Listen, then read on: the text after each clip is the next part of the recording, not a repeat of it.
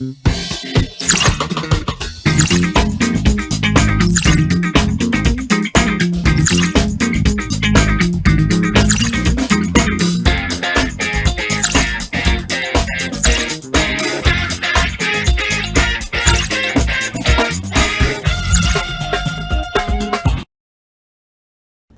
est né le 14 juin 1949 à Loubefou, dans l'actuelle province du Sankourou, et il est mort le 24 avril 2016 à Abidjan, précisément en Côte d'Ivoire. Il s'appelle Jules Shungu Wembadio, autrement appelé 100% star Bakala Diakouba Papa Wemba, le roi de Molokai, que Ecopolis Télévision a un réel plaisir de vous proposer ces plateaux spéciaux à son honneur, étant qu'artiste, chanteur et compositeur, et pourquoi pas dire aussi le roi de la sape, parce que ça fait partie de ses casquettes.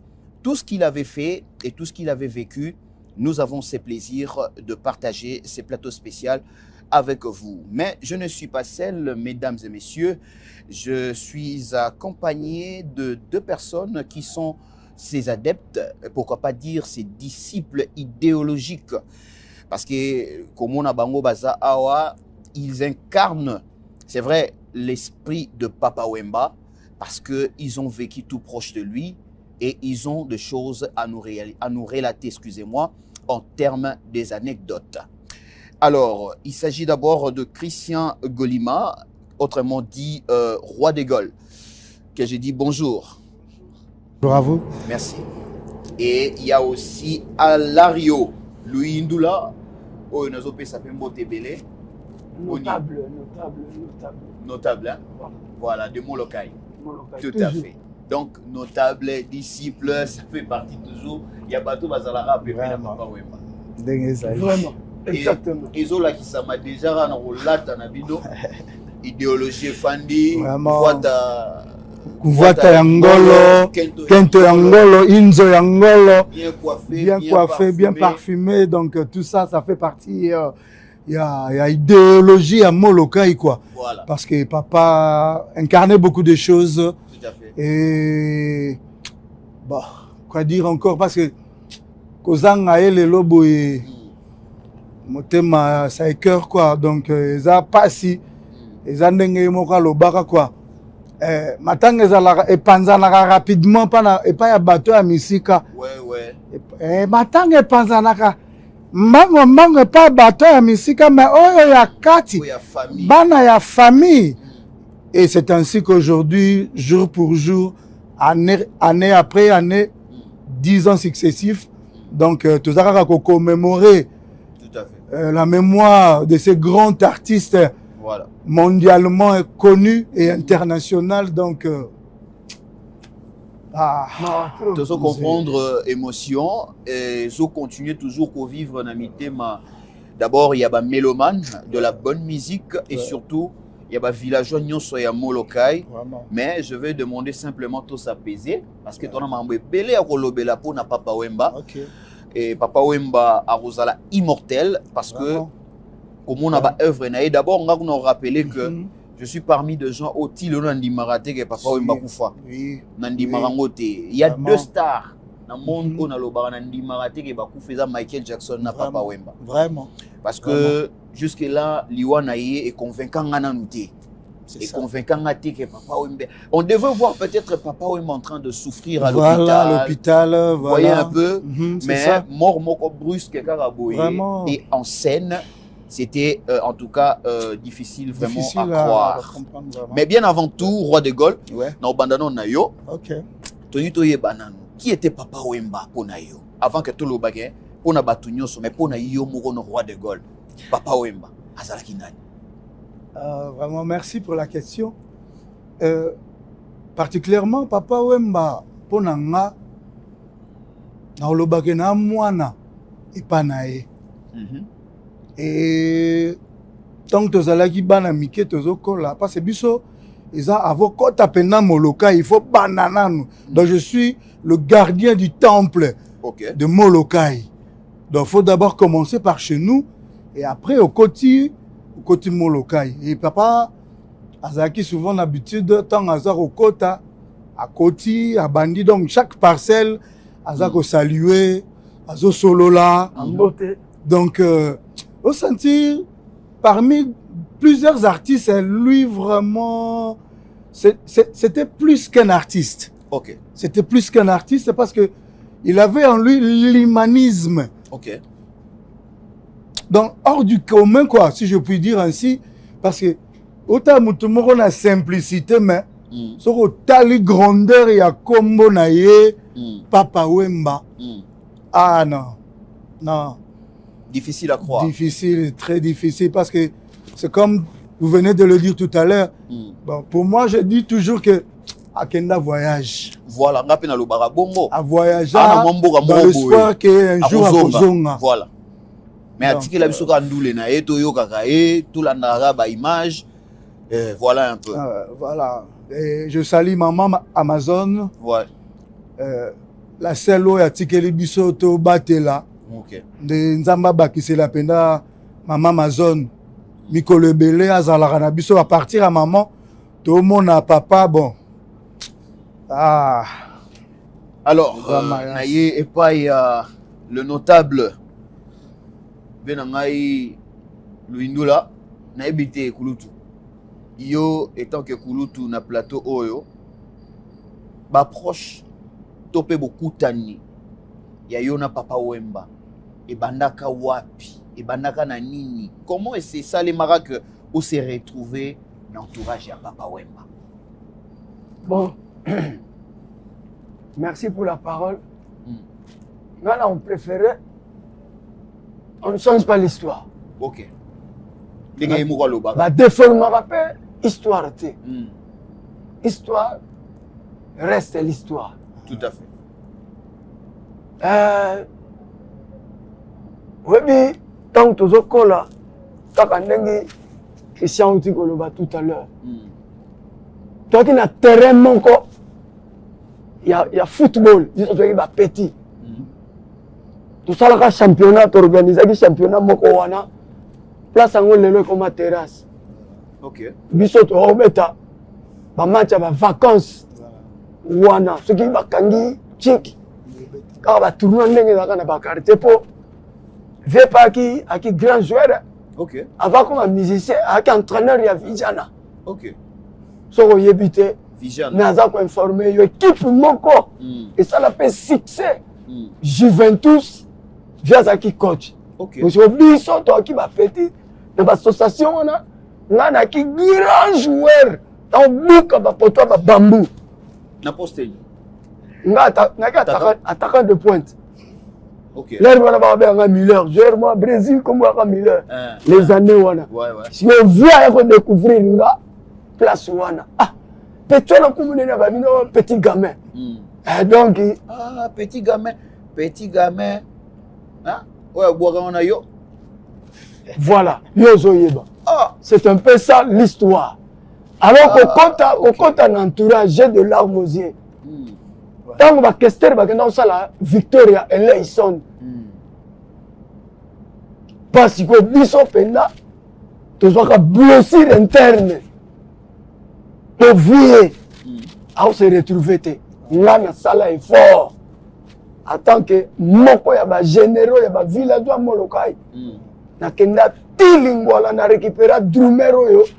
Bako benga Richasha. Auta orchestre touche pas. Il y a ma frère Fataki. Ouais. Il faut renforcer au patch star à Kenda Victoria. Tu tires na moto na libandi.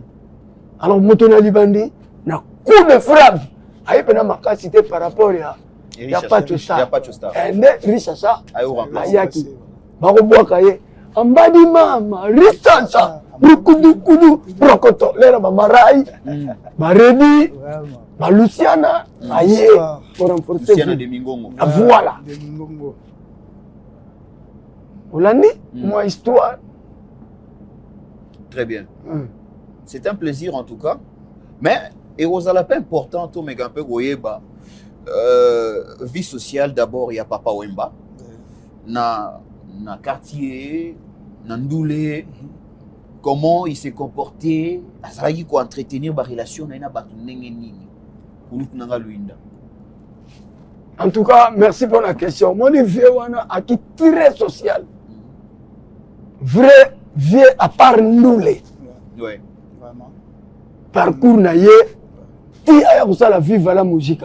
Via outil musika. Et on a que son âme repose en paix. Ouais. Paix Wangongo. Voilà. Grand prêtre. Il t'a motivé papa Wemba. Vraiment. Tango longwe yoka lokole. Ayem sabi mais non. Aux grand compositeur, chanteur, tout ça la paix mouvement na biso. Ok. Et que vive la musique.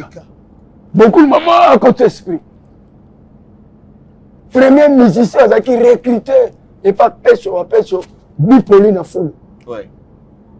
On comprend? Oui, oui. Donc, vieux Azalaki n'a grand cœur. Il était social. Surtout son matin dans le quartier. Ouais. Le bas aïe batté. Son qui va informer vieux Azalaki. Et puis aïe benza, aïe bevandi, aïe bi que partager dans ma petite nez à quartier. Viens lui qui fait la violence. Non, bon côté. Pas comme ça.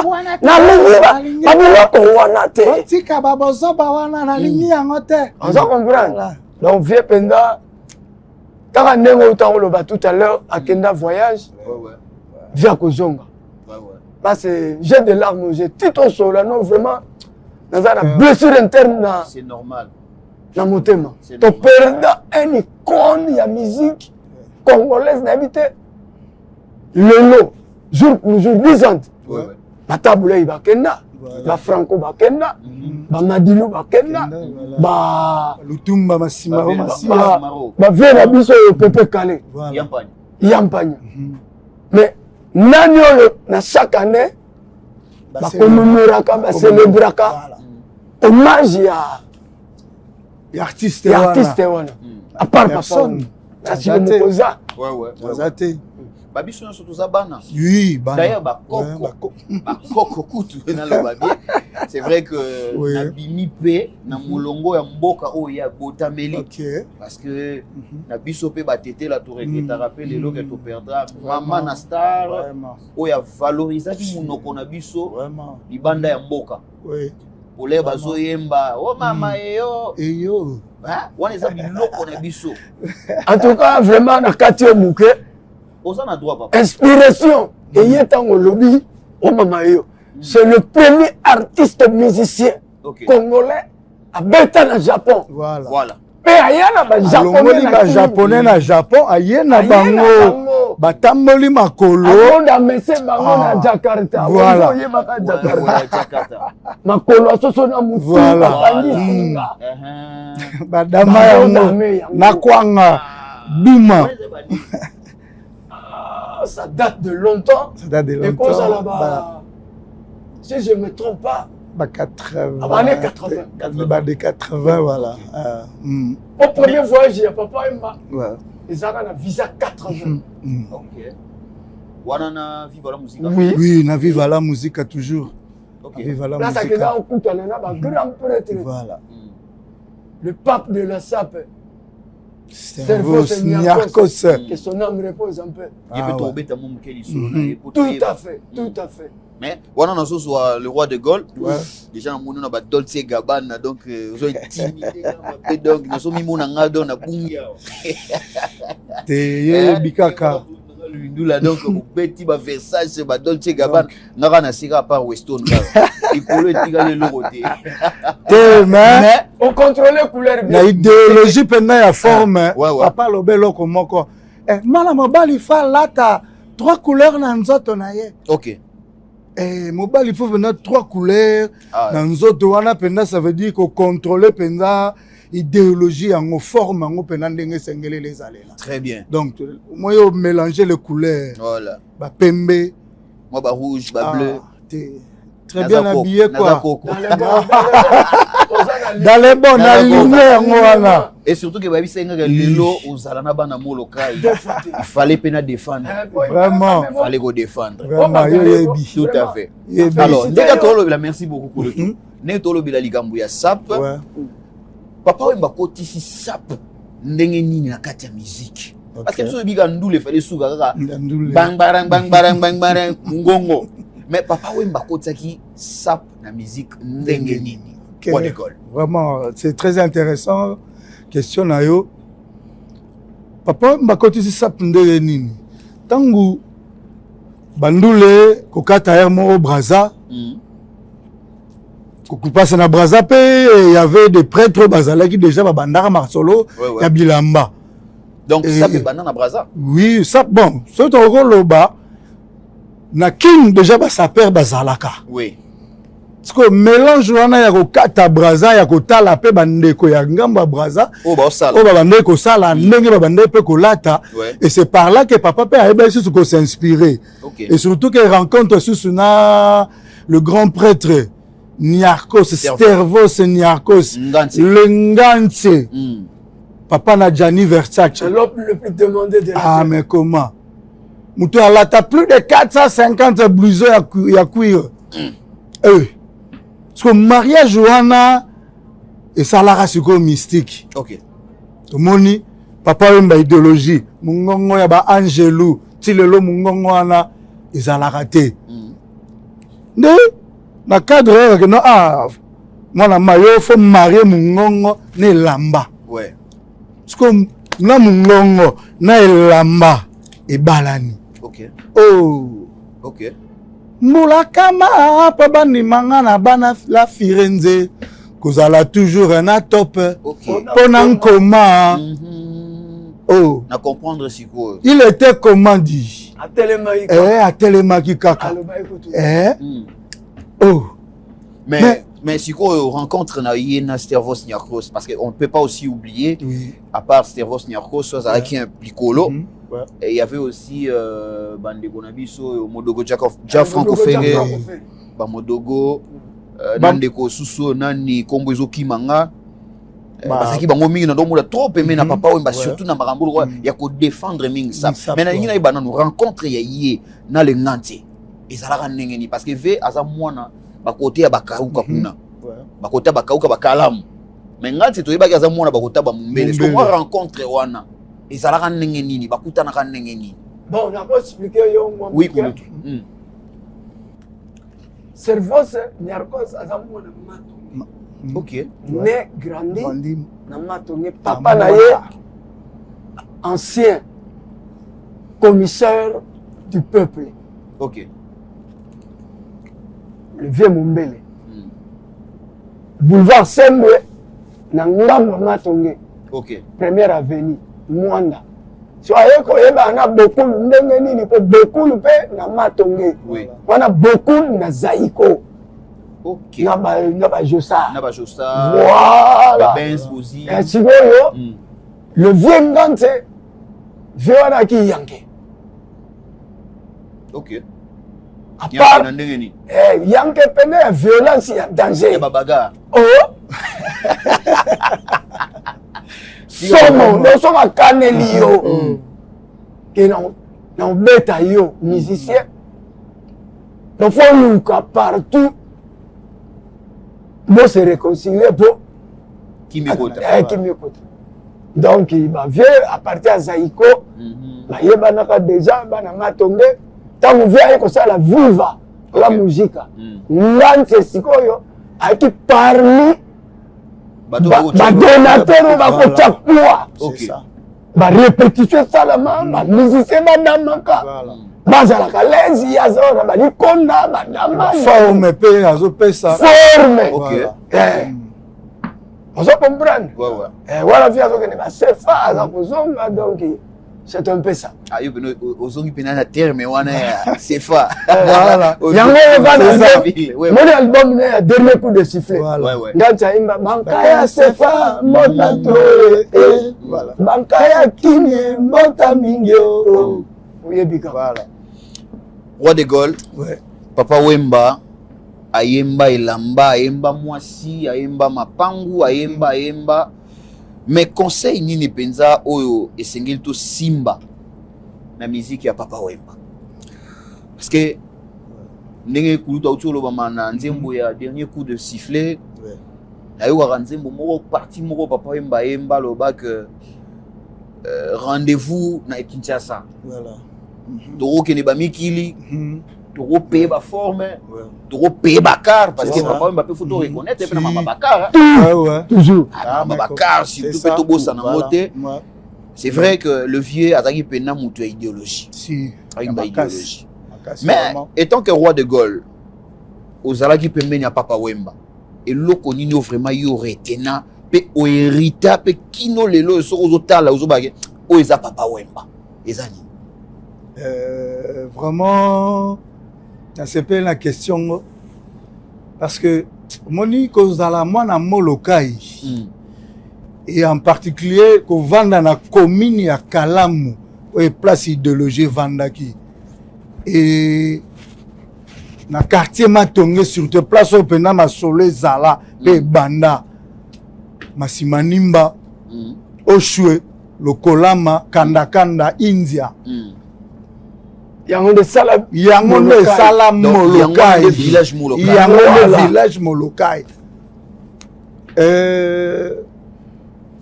et là qu'on a retenu comme leçon tout au long il y a vie et du vivant il y a papa ils là que il y a les bosso kozana nous na simplicité na mokilio il y a cette ozo ko vivre parce que l'olendo et futaramabe toujours. Et la deuxième des choses, c'est qu'on a la propre toujours. Donc, idéologie, na yo bossa na te voita. Il faut toujours côté le marotique à la toujours. Et je salue mon directeur général, le DG Jérémy Kiloubou, et place Nazar à Transco. Et soroke kuna ba weso ke soka na koti roi de Gaulle wana molokai. Donc identité toujours. Mwana molokai mwana molokai partout à kendaka identité za la kaka. Donc on a koti molokai et koti. Donc déjà identité na na liboso ya moi comme leçon. Et puis il y a mis baleza que papa lobango pe na 10e commandement. Okozwa mwasi ya moninga na yo na makango te. Voilà. Donc eza leçon moko primordial o na lo barake. Soko meki osalango lelo mokile bébé comme yo ba mambasu ba nini tout ça. Ben faut que tambola na ndenge esengeli na droit chemin parce que mokile eza bizarre quoi. Donc malamu za na kento na moko ya ngolo inzo ya ngolo parce que idéologie ya suka au papa penda asatela ki nango pesa ki kento ya ngolo inzo ya ngolo kumvata ya ngolo mutuka pe ya ngolo. Donc pour dire que même bandeko bazana ba Europe par-ci par-là mais ceux qui na kini awawa otongite et wana na olobela petit nanga Sydney Langa Poitiers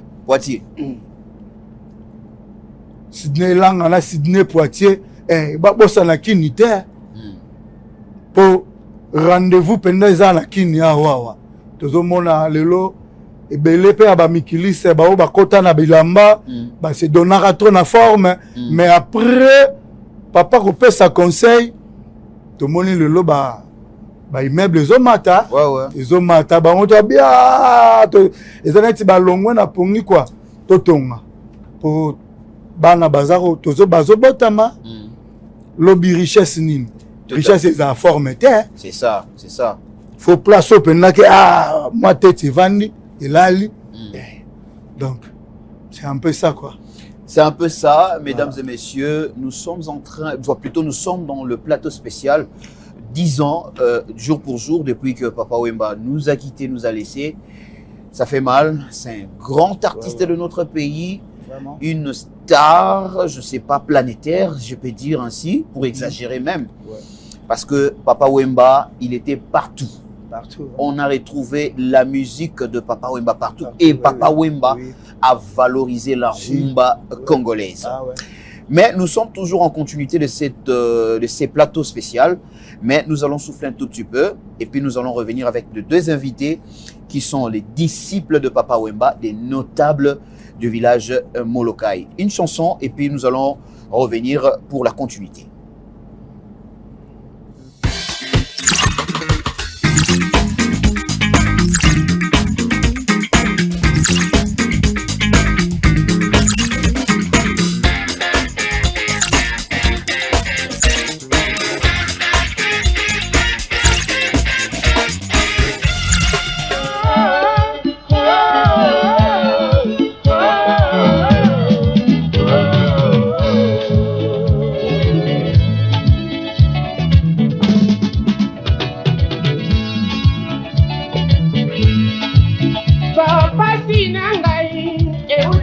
wapio nakotuna lelo epankolo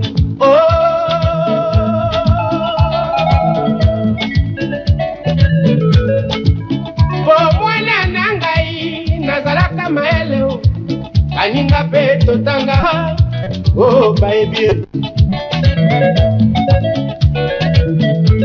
nazalaka kobanza asilisa kelasio ngakoma nanga militaire ebanda bonio nanga na nzoto nanga bafinga kala tikartela te mobimba koluka kaka ligablo oyo batekaka ngenge wabisimetere ya moto oyo nga na bomara bombo ya mobulu bapakola nga na nzoto se ya pamba mpo nazalaka amoureux ya kitendio lichala lorenzinho tala eglage oyo takera kikushi modala basoyo yoshiyanga moto eglage asomoyo alpacino eklaplamondoyo yango nde religion na ngai. Chers amis dans Paris, Osalangele, Aguaya, Aguaya.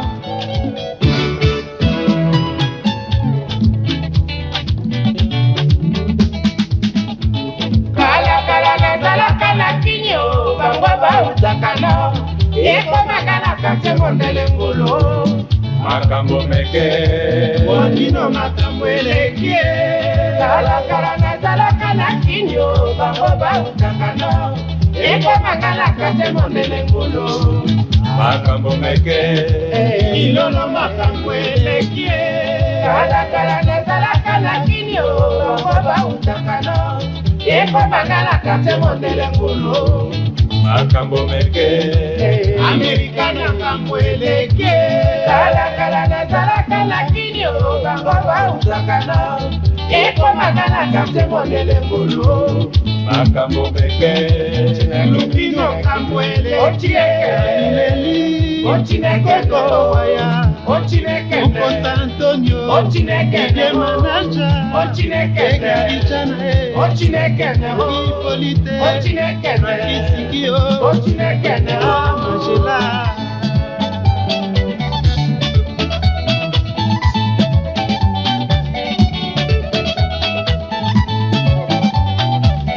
Americano, Americano, où est Bijou? La bien-aimée à Marcelina, bonjour toi solo.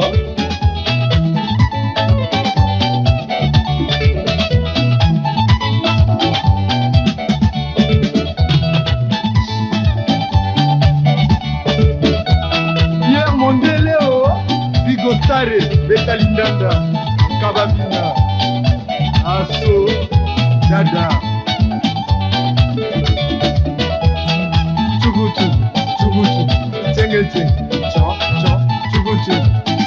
Pour la petite et la petite Jeanne de Stas, la fille d'Engantier, Dragos et Narcos.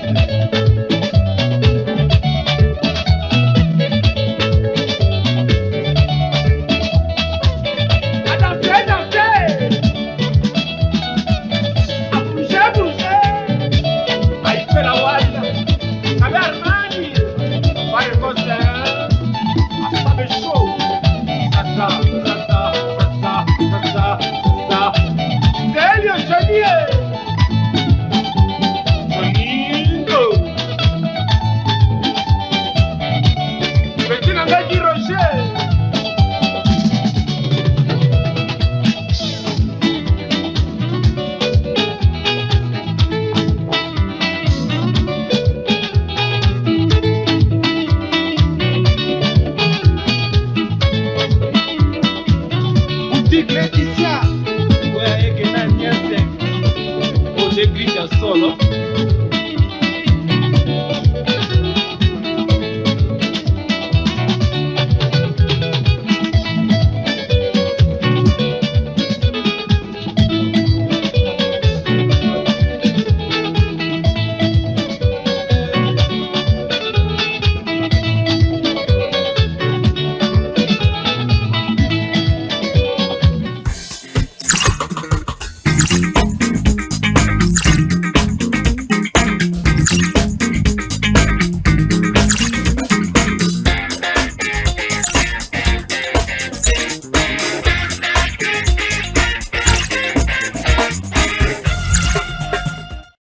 Et voilà, de retour sur ces plateaux après cette proposition de la part de la régie de la chanson tirée de l'album Dernier coup de sifflet. Là, on vient de retrouver la voix de grand-père Bozi Boziana, ainsi que le Ngantier, Stervos Nerkos, et ainsi que aussi Papa Wemba également. C'est une chanson qui honore également aujourd'hui, et depuis la nuit des temps, même aujourd'hui, qui honore la SAP. Ça parle plus de la SAP, de la culture congolaise que incarnaient nos artistes, à l'occurrence de Papa Wemba que nous sommes en train de parler sur ces plateaux spéciaux. Je ne suis pas seul, pour ceux-là qui viennent à peine de nous rejoindre, je suis avec Christian Golima, roi de Gaulle, autrement appelé, et ainsi que Alario Louis Ndula, qui sont de notables, des disciples de Papa Wemba. Alors, naye pa ya kulutu nangai Louis Ndula, kulutu tobeta kasi lisolo nanu ya Viva la Musica, parce que faut lobela pe mingi nde musique ndule bo yango nde ekumbaka le roi na liwa, parce que je pense que ezalaka souhait na ye d'ailleurs ya koloba ke faut kufa na scène, c'est ça pe kokisamaka. Mais étant que notable ya Molokai, tolinga to ebana no momu ke Viva la Musica ebanda wapi ebanda kindenge nini Papa Wemba, parce que auta ki mwa bisika hein ba isifi ba tout ça, mais après to ko mona Viva la Musica, mais to yeba yo étant que moi na vraiment na Molokai Viva la Musica ebota mandenge. Bon, merci pour la question. Viva la Musica vie azaki na moi parcours ya moulai. Oui. Vie à part Yoka Lokole, via le capé na Stukas. Ok. Stukas, il y a Lita Bembo. Mais à Oume la kate, paf, ayena,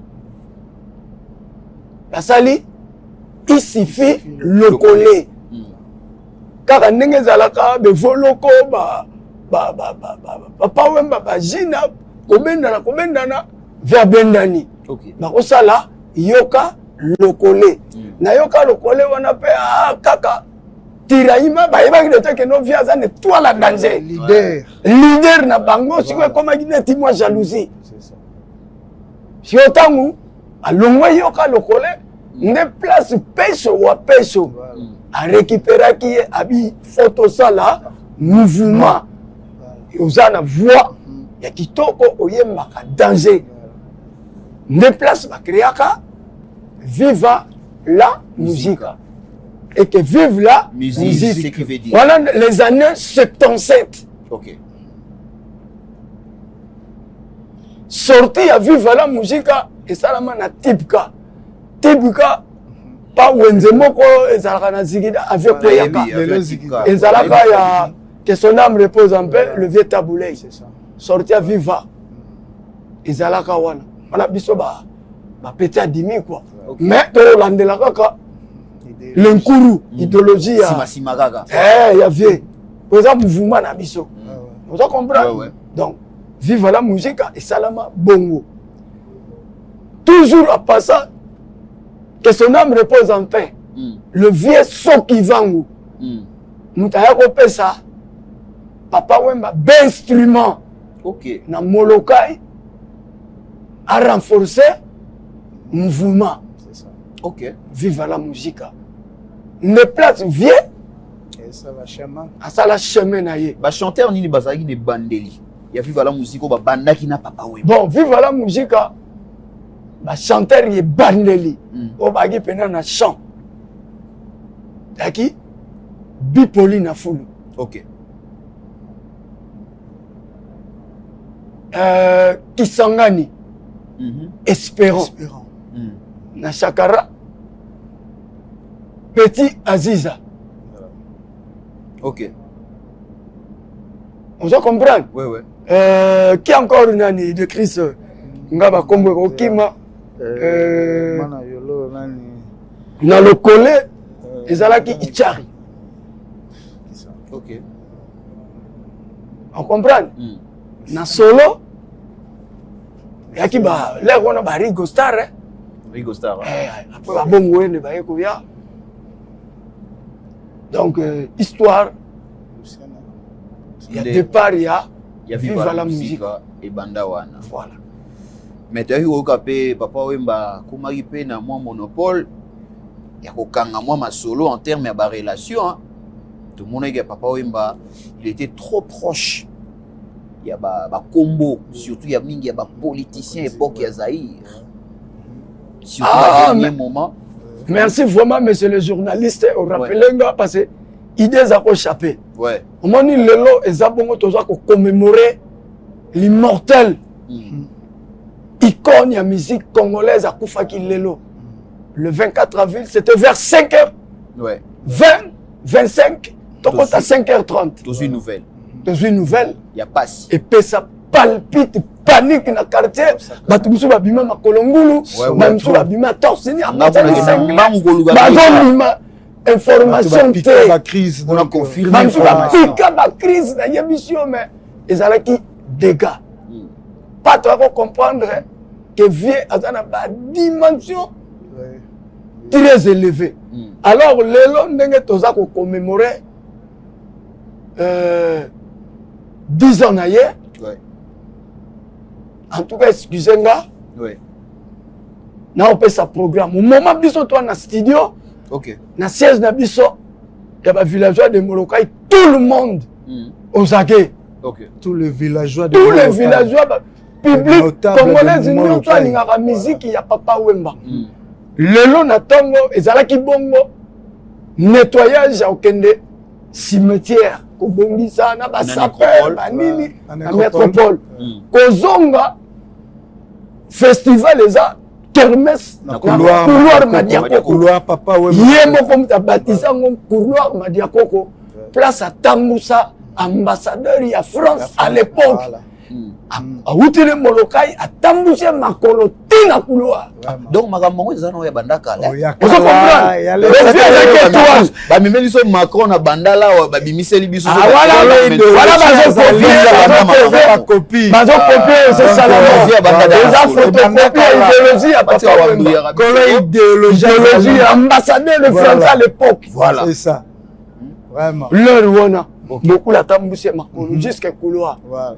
Au moment où je vous parle, Matongeza tombé. 6h à 6h. Il y a à boire et à manger. Mais tu comprends ça répète. Saper bazawana. Podium ezali. Après cimetière, tu zongi couloir. Pour votre information, na 15h. Oui. Toza na messe na église Saint-Joseph. OK. Et messe on a célébré par Abbé Coco comme chef spirituel. Il y a un villageois, il y a Molokai. Les préférés aussi des papas. Voilà. C'est ça. Et sans oublier, c'est lui qui a pesé de tout son poids. Son excellence, le bourgmestre de la commune de Kalamou. Mais c'est Charlie Luboya que je salue en passant. Son excellence Charlie Luboya. Continuez kaka. Côté Kabiso ma villageois. Voilà. De loin ou de près. Zala kaka n'a pas Charlie Luboya. Charlie Luboya. Toujours. Azali président. Il y a village président d'honneur. Il y a villageois. Il y a Molokai. Voilà. Azaki peut président Bada Matonge na Paris pour nous soutenir. L'action, il y a Papa Wemba. Ouais. Très bien. Alors, Naïepa et Kouloutou, roi de Gaulle. Vive la musique et y forme.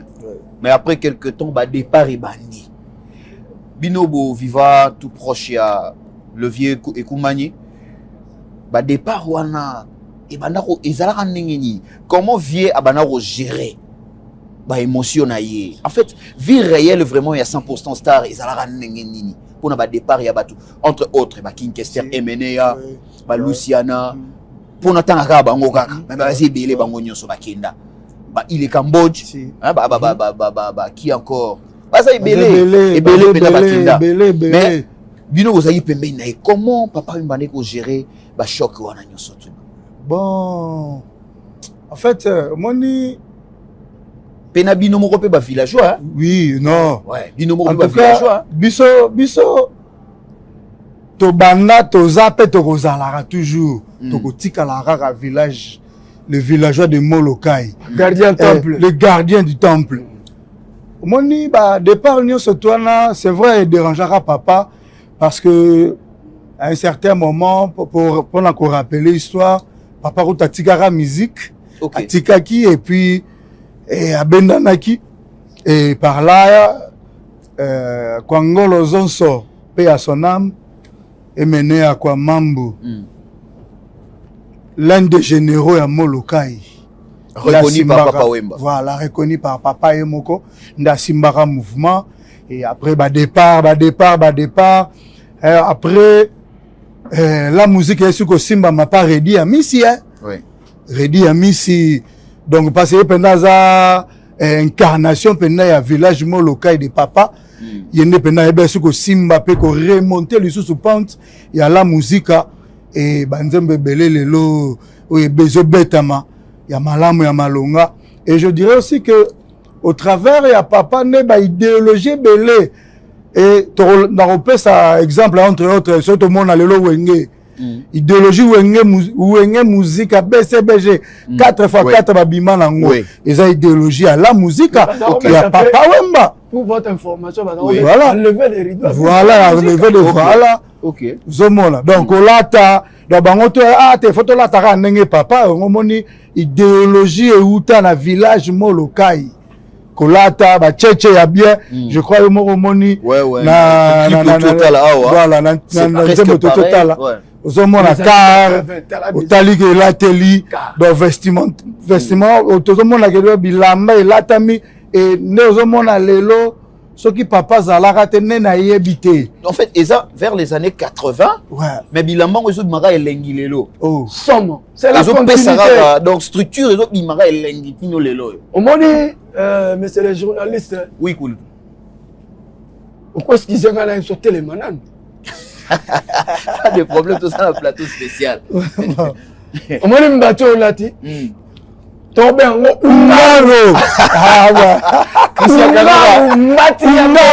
voilà beaucoup la bête en les années 80 déjà et puis couturier il y a ma classe haute couture Emmanuel Ungaro voilà bon attends ici à Okangi voilà banda lelo Ungaro idéologie fait beaucoup idéologie donc lelo banakini bakosa biso te ko ngane mutu na sali boyenga ezana une seule personne la grande star l'icône Mzee Fulangenge papa Wemba Bakalabia Kudiba mwalimu Linyoka Tembe tala bakombe belé mutabanda idéologie nyonso tuye wana bana poto bana kini mutaya te ko ngai ne mutu na bandi boye likama ya mundele ko ambassadeur ya ulongwe poto ayene na kini atamboli na couloir madiako c'est papa Wemba tout nyonso ye na sima izaka bakopi collé bazolanda kaka idéologie ya lenkuru quoi alignement kaka quoi c'est ça pour soko na alignement ya la musique ate vous a perdu mais roi de Gaulle ouais papa Wemba za lisusu te lelo pour ne pas que tozonga na scène nenga kitaki biso wana mupinyo so yebi pour ba vidéo kino lelo ezali totalaka esalaka passe mais o eza passe mingi pe ko leka lisusu likambo ya orchestre Viva la Musica lelo oyo tozoyoka oyo koto ya loba Viva la Musica oyo koto ya loba Viva la Musica tozo comprendre pourquoi et pas ina biso soki kaka mutu e katani nyonso kotambola lisusu te. Bon, pourquoi? Na quoi qu'on répondre à la question. Bon, on a dit que là, moi quoi va généreux à Molokai. Ouais. Le roi de Gaulle a achevé idée. Ouais. Tout autant le bango tout à l'heure, bah leader bah Koufa et Belé, celle qui va commémorer comme c'est Papa Wemba. Voilà. Alors, tant que vie accueilli atikaki viva la musique à nouvelle écriture. Okay. Voilà. Petit oyo bakanji voilà. Le noir baomi bakufaki na ye na podium na Abidjan. Alors petit tango bazongi bakokaki choc wana te. C'est ça. Bendo Apocalypse qui encore Sampaio Pacheco mais idéologie et y a qui que non voilà de récupérer mouvement en collaboration na villageois ya Molokai nde pesaki moi incompréhension entre bisona na mère Amazon attends to bendani nde ambri et côté. Alors pour votre information ce soir podium eza na couloir na peso batu bako prester na podium Stino Las de l'Ankurunta Stino Mubi voilà idéologie toujours il y a papa l'homme de Roméo et Juliette et voilà la Mezengo les réseaux de saluer d'ailleurs voilà vieux Moudabali Abalela et même Mezengo ok c'est ça. Alors Stino Azali na viva la musique nyonso au grand complet Apocadero Pacheco Nujak toko rasabe bakubeta lelo en mémoire ya Ekumani illustre disparu l'union Kwatembe. On se comprend après wana ba programme ezali ebele sauf imprévu. Je dis bien sauf imprévu. Sauf modification. Sauf imprévu tant mususu. Leader Yamo Foudé. Ya Wenge Bese Papa chéri. Papa chéri. Wana idole na ye. L'homme qui a mis l'eau dans coco. Ovia za ko sengerie.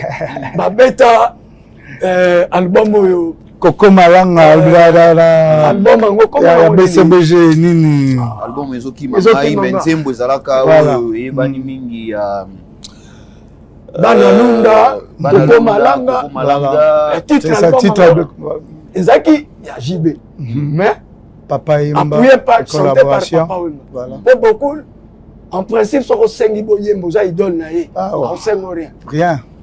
On a un petit tout ça la courage. Voilà. Courage et Kosimba. Voilà. OK. Que j'ai salé en passant. OK. Leader Amo Foudé. Papa chéri. Tout droit. Viens à yo, tout droit. Jour pour jour. Nayebi ke soko ye couloir et ko bukana ba dégâts graves ko ça la mystique. Yaka. Ozali soyez le bienvenu dans ma village ya Molokai. Voilà, Roi de Gaulle c'est vrai. Na ligne vraiment tout le bédamo mokeli kambuya voilà musique mais minute est commis déjà ko kende. Voilà. La télé, c'est le temps. C'est ça. Alors, c'est important, dans le journal Lelo, tu peux retenir Nini à l'honneur de Papa Wemba. Là, tu peux retenir Lelo,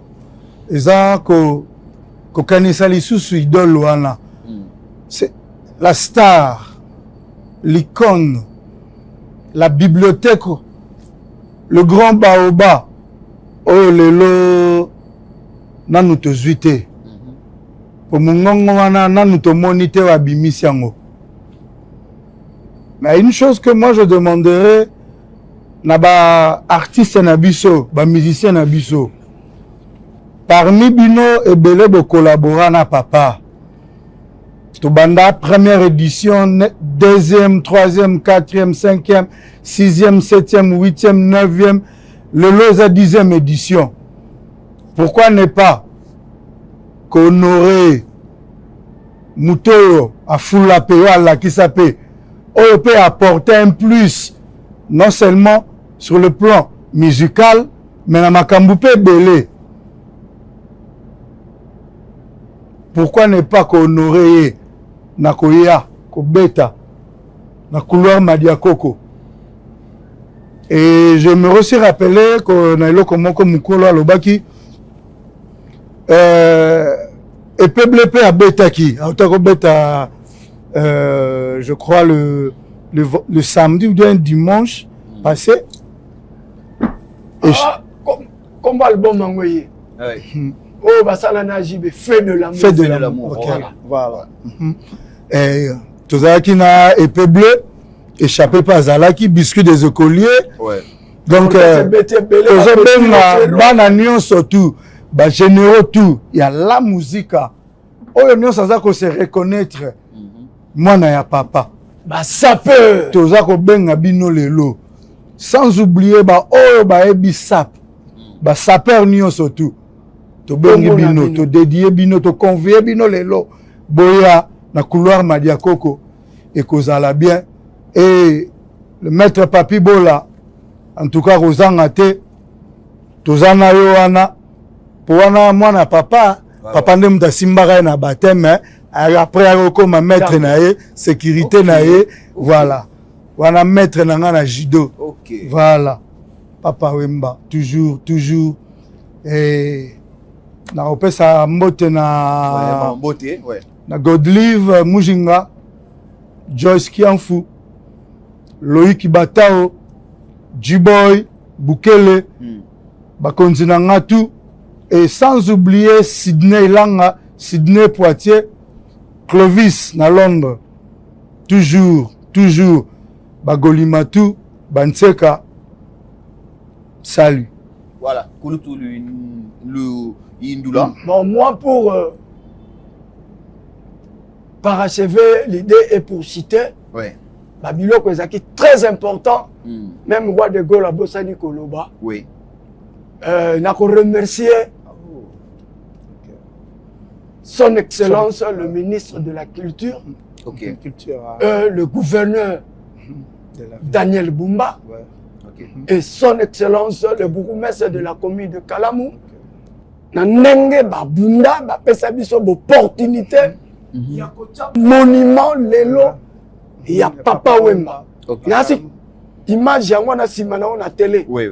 Conception ça travail à ba villageois. Mais travailler par que son âme repose en paix le professeur Iolo. Ah bon? Que son âme repose en paix. Le gouvernement congolais a tchaki ba moyen plus de 25 000 euros. Monument à Papa Wemba était l'émis. Vraiment, merci. En plus, merci comme un patrimoine. Oui, patrimoine national. Voilà. Alors, merci encore na chef de l'État, le président de la République, Fachi Beton. Mais, Andini Lelo, na motema na malamu, Pierre Tomal, pour ma poser les épées, mausolée. Parce que jusque-là, ça a pris du temps. Donc 10 ans après. 10 ans après, jour pour jour, monument et Salama. Oye biango na rond-point. Ouais. fait ça yango rond-point villageois moloka et kota bana. En face il y a stade il y a stade Tata Raphaël. Le mot qui convient. Et après on a lelonde ba autorité ba fongoli mitema ba reposer Pierre Tombal pour ba ko tchela les 100% bakala diakuba mausolée. Très bien. C'est que je voulais citer et pour clôturer ndenge zala kaka comme d'habitude na on peut s'en moter, je commence par son excellence le bourgmestre de la commune de Kalamou monsieur Charlie Luboya l'incontournable na on peut ça Evariste Kanda Bolenge na Suisse un grand serviteur de Dieu na opé Sambote na foule de Mélin na opé Sambote na Serge Makouiza le financier et puis mes compliments à tous les villageois à tous les sapeurs na batu nyonso baningaka musique ya 100% le kourou la kaladi Kuba le communicateur Willy Mbonzi boya toko savourer après messe na couloir parce que programme ya ba orchestre ezali ebele podium ezali musique instrument ezali c'est ça ce que je voulais dire très rapidement ba banda penda histoire bazala na papa Kokoringo na mère French donc couloir ezawana donc Kitoko trop quoi. Voilà. Kitoko trop, 42 de l'obara plus, na robakisa somo trop. Somo trop. Donc, Mangro Koto, na baya ya tout, Mangro Koto na ba villageois tout, au bas 8 ans Rolanda, émission Ezaki, plateau spécial à l'honneur de Papa Wemba. Nous sommes pratiquement à la fin. C'est vrai qu'on avait beaucoup à se dire avec le notable au Bazalaki Nabiso Awa, Mengongande et Pessibiso Moi Passi, mais les essentiels a été dit. Pour moi, je vous dis merci pour votre fidélité et surtout votre attention. Et je serai là au couloir Madiakoko. D'ailleurs, nous allons pour Kutarana, Kulutunanga Stino Mubi.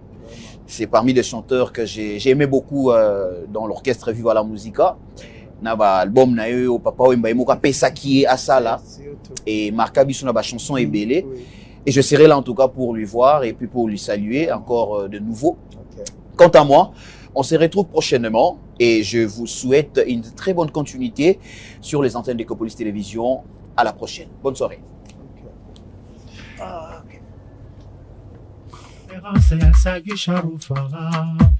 Ambiance à gogo, tout le monde saï, saï, saï, saï, saï, saï.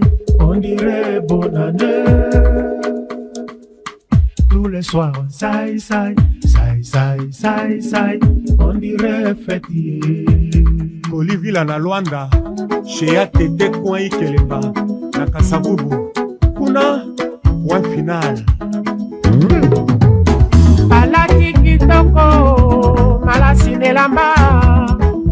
Ditinzo so firme avantagé. Rendez-vous nyonso, c'est na téléphone. Mon torse partout, partout na Paris. Toputana, Ipaya, José Kongolo. Toputana, na Gigi, na Beverly.